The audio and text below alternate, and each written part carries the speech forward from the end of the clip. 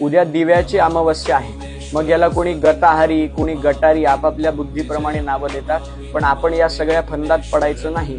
आपणच जर आपल्या धर्माचा, आपल्या सणांचा आदर केला नाही तर बाकीचे आणि आपली पुढची पिढी कसा करेल। त्यामुळे उद्या संध्याकाळी आपल्याला दिव्यांची पूजा करायची आहे आणि या अमावस्येला दिव्याचीच अमावस्या म्हणायचं। संध्याकाळी सूर्यास्तानंतर अर्थात 7:10 ते 8:15 वाजेपर्यंत पूजेचा चांगला मुहूर्त आहे। यावेळेला काय करायचं, आपल्या घरात जेवढे पण दिवे आहेत, कुठल्याही धातूचे असू द्या, ते सगळे स्वच्छ करायचे, धुवून पुसून एका पाटावर छान मांडायचे। त्या दिव्यांमध्ये तेल वात करून त्याच्या पुढे रांगोळी काढायची, दिवे लावून त्यानंतर दिव्यांना गंधाक्षत, फूल, हळदी कुंकू व्हायचं, नमस्कार करायचा, मी समोर देतो आहे तो मंत्र दिव्यांच्या पुढे म्हणायचा।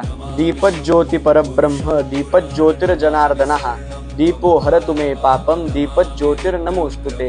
अशी दिव्यांना प्रार्थना करून महत्वाची गोष्ट म्हणजे दिव्याची कहाणी आपल्याला या दिवशी वाचायची असते। फार सुंदर कहाणी आहे, नक्की वाचा, आपल्या मुलांना सुद्धा नक्की वाचायला द्या।